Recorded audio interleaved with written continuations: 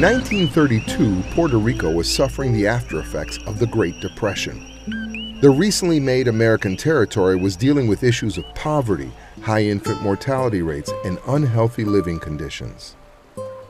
It was from this environment that a poor barefoot boy made his way to school daily, in spite of challenging family and living conditions. When John Soto of Fajardo, Puerto Rico wasn't in school, he was pitching in to help the family survive. My grandfather used to send me down to sell foodstuffs around the town, and one of those wheels, the two big wheels, and he taught me to sell. So I learned to work. But that would wear on the boy, and by 15, the desperate young man would escape family and societal dysfunction, daring to venture from his rural island hometown to the most populated island in the world. Soto landed at the New York airport with $3 in his pocket, and the cab fare was $2.75. The hopeful teenager in post-war America was soon homeless. Home was sometimes a park bench. But not for long, because John had that something that made him a determined child peddler on the streets of Puerto Rico, a young teenager that boarded a plane by himself, and a job seeker who got his GED and would not take no for an answer. The initial jobs, I went to a factory. Of course, I was told get out of there. They didn't want my kind there. I got a lot of jobs washing dishes, and jobs delivering clothes. But those are jobs that any average American boy would have. It didn't happen because I was Puerto Rican. But I was going nowhere. I took off for the Bronx, and I walked into this place. We're in the back of a machine shop. The guy came over and said, "What are you doing?" I said, "I'm looking for Fraioli, the owner." And he came out, he was beside himself. He said, "How do they send you?" I said, "Kid, I'm looking for about 4 years experience." So I told the guy, "Look, if you don't give me a job, I will never learn anything." He gave me a job.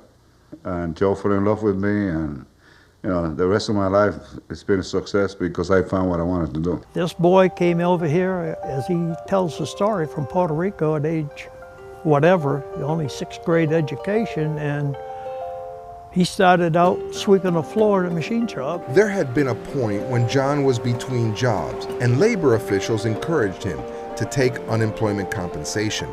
But John refused and instead persevered in his search for the next manufacturing job. Eventually, in 1954, he found a manufacturer who relented, agreeing to send him to a Connecticut factory.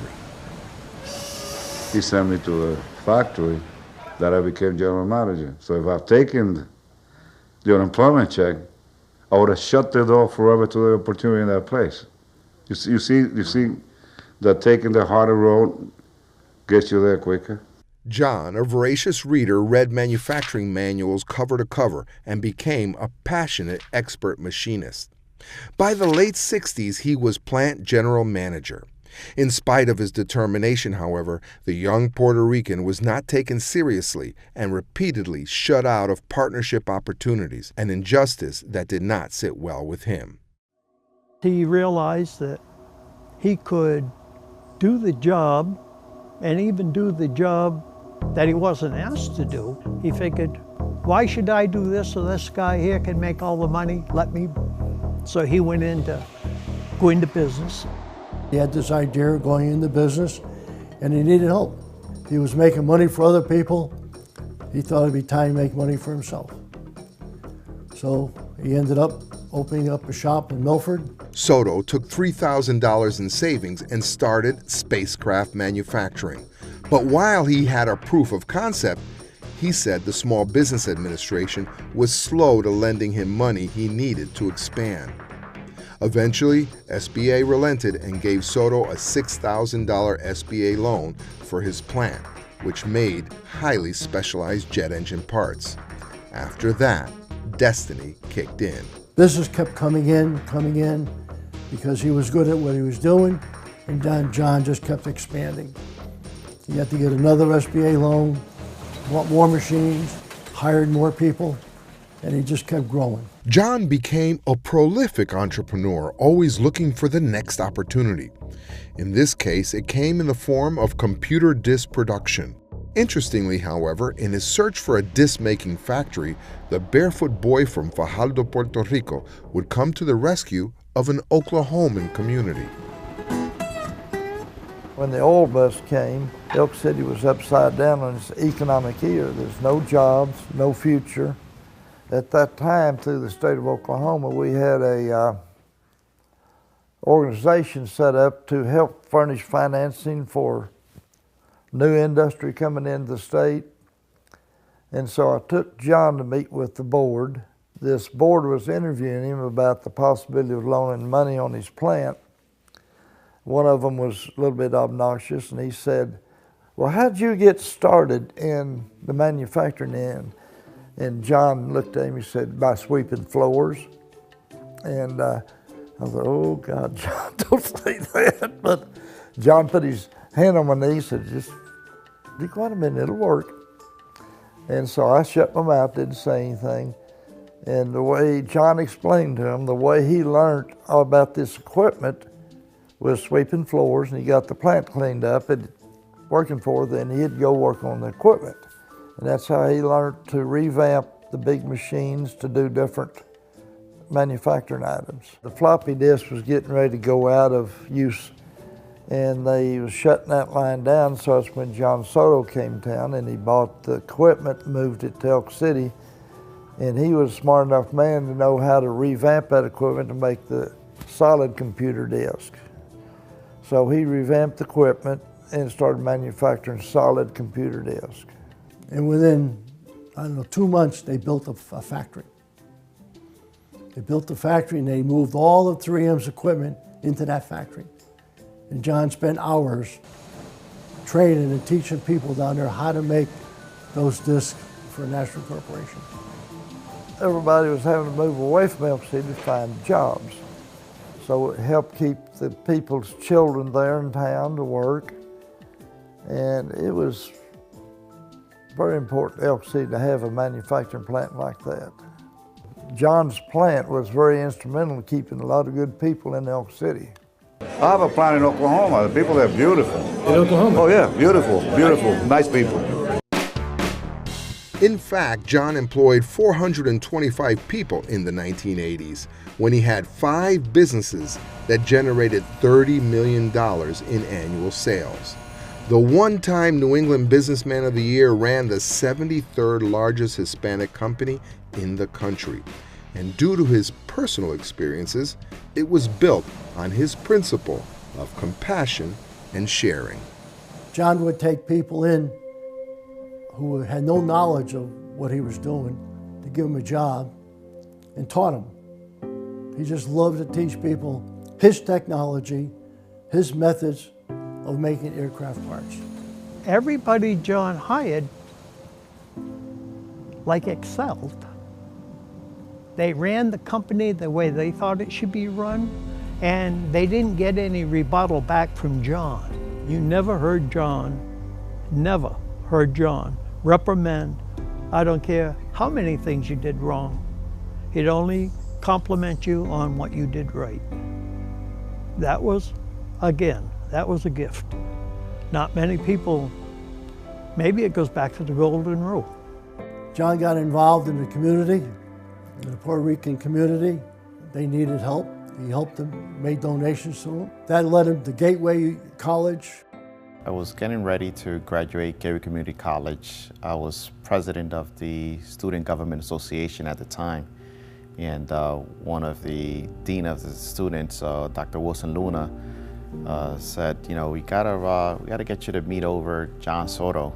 I told Wilson, I said, you know, why do I have to meet John Soto? I'm not, you know, not really looking for a job or anything. I'm on my way to Central Connecticut State. And Wilson said, you know, you might want to just network with John Soto. You never know. Little did Eddie Martinez know what would come next after his meeting with the president of Spacecraft Manufacturing. John said, you know, I'm going to offer you a job. I'm gonna hire you for 30 days. He says, if you make it, I'll hire you and we'll be friends. He said, if you don't make it, we can still be friends, but I'll have to let you go. And this coming January 2018 would be 17 years ago for them that story. If you see somebody looking for a job, and you can, try to teach somebody what you know so they can carry through. That's exactly what Joe did. He taught me what he knew, and I left there with his knowledge. And that's what we are. We're role models. Given the opportunity, I was able to develop my career at the company that John built.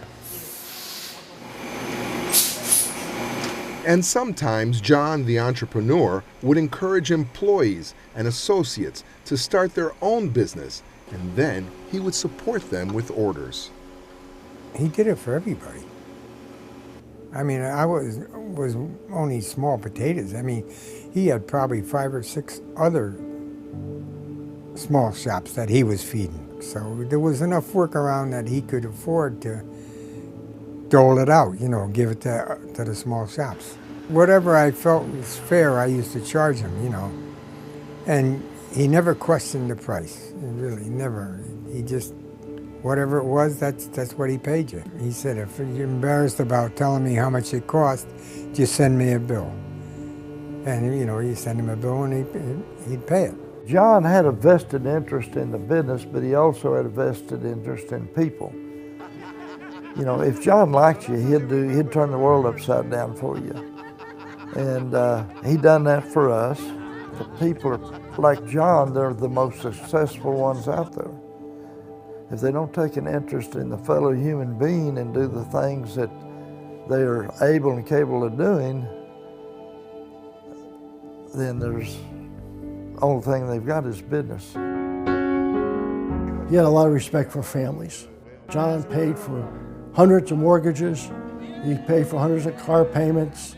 He kept people working. Many of his people that work on the shop floor always had overtime. Even when there wasn't enough work to go around, John Soto was very adamant about making sure that the guys made enough money to take care of their families. He was very family oriented. He wanted to make sure that if there's not enough work out there, go get it, find it, you know, we'll make it, because it's that important. He cared deeply about his employees. He always took care of his help.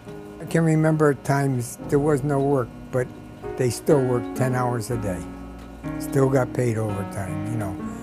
I mean, I don't know, you know, I don't know how many people are like that. There are very few. So he wanted the people that worked for him stay with him. The turnover rate at Spacecraft was very low. When he walked into the shop, they always respected him. He would stop and talk to people, machinists who were hired, some he never knew. He would shake their hands, ask them about their family. He was always very caring with his people. He treated everybody of his employment as, he called it, his family. That commitment to his employees and work life, however, came at a price. At times, family life suffered, and sometimes trusted employees fell short of the mark. Those turbulent factors once led to millions in losses, but John would eventually build the business again, stabilize his family life, and get back to the business of people. I started working with Spacecraft and John Soto in 2001, January. In February, I was asked if I wanted to go to Puerto Rico. And I said, to work? I wasn't sure, right? I was like, I've just been here 2 months. To work? And he says, no, this is something that John Soto does. So what does he do? And he would shut down the entire company and bring all his employees on trips. And I said, well, what does that cost the employee? He says, nothing. John Soto shuts down the company and brings all his employees to Puerto Rico. It's unheard of. You know, I couldn't believe it even as I was participating in that. Taking care of his employees wasn't where John's giving stopped. John Soto also recognized opportunities within the community and sought to inspire the younger generation. He would actually go into the schools and he'd tell these young children his story, and it would give them inspiration to work hard and they'd be able to succeed no matter what obstacle they had. He got involved in an interest in colleges like Gateway Southern and he would make sure that he had a scholarship every year to a Latino student. I knew that I had a scholarship that had to be for a Hispanic and preferably Puerto Rican student. I never was told there was a Puerto Rican person. I would have loved to know that. I would have been impressed by that. To go to school and know next semester is going to be paid and the semester after that is going to be paid, it's great. As long as I had good grades, my tuition was paid. John Soto is a giver, right? He's helped endless amount of people, given many opportunities throughout his entire life. And I believe that he's changed a lot of people's life, including my own. Today, I give back as well. I'm heavily involved throughout my community at large. I even work as an adjunct professor at Gateway Community College, where I am teaching manufacturing engineering courses as well, where I can relate with my students, and I'm teaching a lot of my experiences that I've had here based on what John's built. Soto says his giving is a result of what his first manufacturing employer did for him, and to this day, it still chokes him up to think of Joe Fraioli.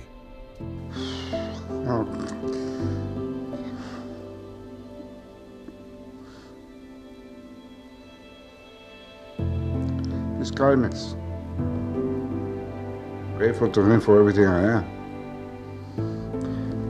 Is that one of the reasons why you give so much to kids and are involved in the foundation? Oh, yeah, you bet. No problem there. No problem there. That's my joy in life, is to do that, because I believe that I can only keep it if I give some away. One of the beneficiaries of Soto's kindness was his old friend J.W. from Oklahoma City. The old companies I was doing business had buildings leased to, all closed the doors and left me hanging, high and dry. So John somehow became aware of that, and he called me and he said, "You go find a project and I'll get the financing to get you started again." And, that just come out of the blue. I had a project in Edmond, Oklahoma on the Oak Tree Golf Course. John brought his bankers down and they set up the financing structure for us. And we got that one going and made a success out of it. And then from that one, we moved to another one and just kept it going. But without John's help, we wouldn't have been able to do that. It saved our lives, our financial lives. One of those lives was J.W.'s nephew, Tyler Harrison, who also had an encounter with John Soto.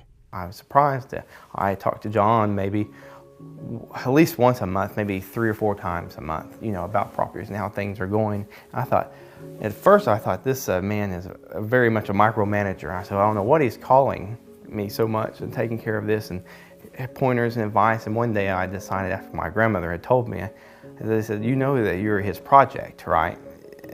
So, and after this, I took it, well, yes, he took time out of his schedule to talk to me, and not so much how his buildings were doing, but he wanted to know, he encouraged me to go after property management and the money that could be made in that. And he was right, because no one really wanted to do it at the time, and I just started out. So I took over at one time, up to a few years ago, I took care of about 100 properties by myself in the Elk City area, commercial and residential. So it was him that kind of pushed me into that. Frankly, he wasted a lot of his time dealing with me that he didn't need to or have to spend. And probably wasn't the most productive thing for him to do is to call me on the phone. Tony says he also got a call from John when he needed it most, after Tony's first business partnership failed. John said to me, "Why don't you go in your own business?" I said, "John, I have no money." At that time, I had 4 or 5 kids, I don't remember. And I was working day to day. And I had no money, John. So he says, "I'll help you." So John gave me a number he would give me. I took that money. I opened up a business. And I just grew on my own, where I had 9 people working for me. Well, it touched me a lot. And I was always thankful for it. He saw an opportunity to help a person, and it would happen to be me, and I was thankful for it. As the saying goes, all good things must come to an end, including careers. Recently, John Soto retired and stepped aside. As one would expect, this was a bittersweet moment for John. I mean, this was John's baby. This is what he lived for, was working. But it was time. He announced that he was going to sell the company. John was choked up about having to break that news. He said that he built this, and it came to a time where he now had to let it go. And he was very selective with who he sold the company to, because he cared a lot about his employees, cared a lot about the people that are here, and wanted to make sure that everyone was going to be okay. In one of my many conversations with John, he would say, I wish I was 30 years younger, right? I want to work with you guys for another 30 more years. He was very passionate, not just about people, right? He was very passionate about the work that was being done here, about the work that he did with the community and helping people individually to excel and become better. I was very intimidated to begin with because he was well accomplished and 60 years older than I was. And, it gave me a lot of confidence dealing with him.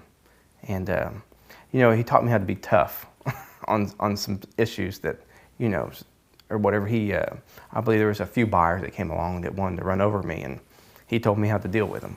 And I can't say them on TV, but that's how I dealt with them, and that worked out well, and it served me good for the last decade. So it set me on a different course. It wasn't, this wasn't planned, right? He gave me an opportunity to come work here. Today I am the manufacturing engineering manager, where I manage a team of about 6 engineers right now.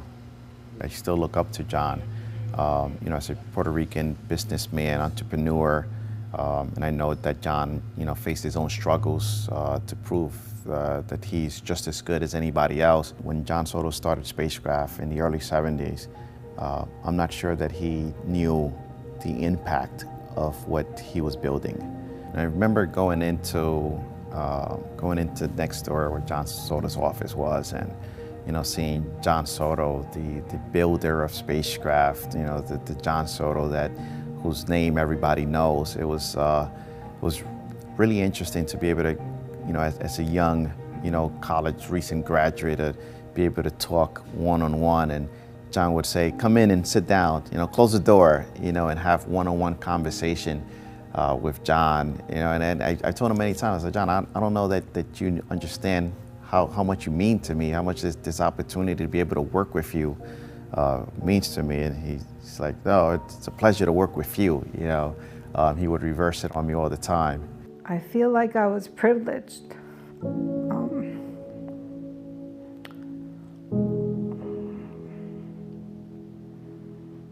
I'm not sure I would have been able to go to school without the tuition, and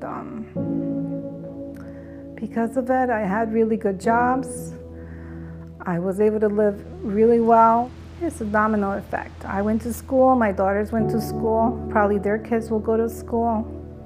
I have a daughter that's going to be a pilot in the Air Force who is going to be a mechanical engineer.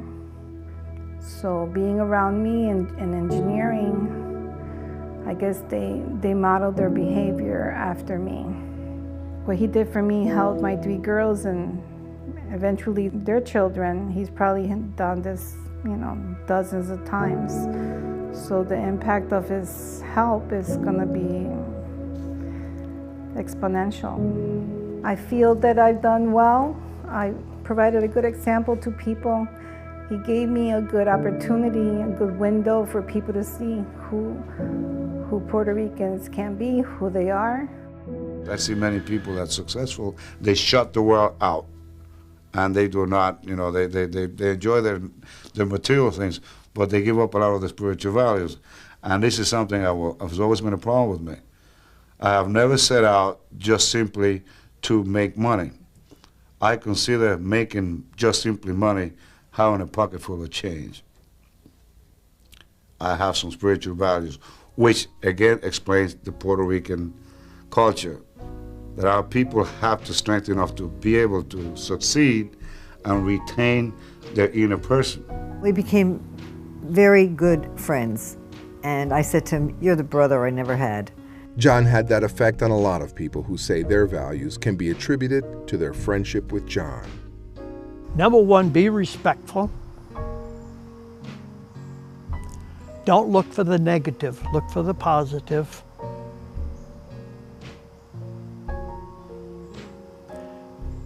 And be ready to listen, not talk. I wouldn't say you could change anything that John did and be better.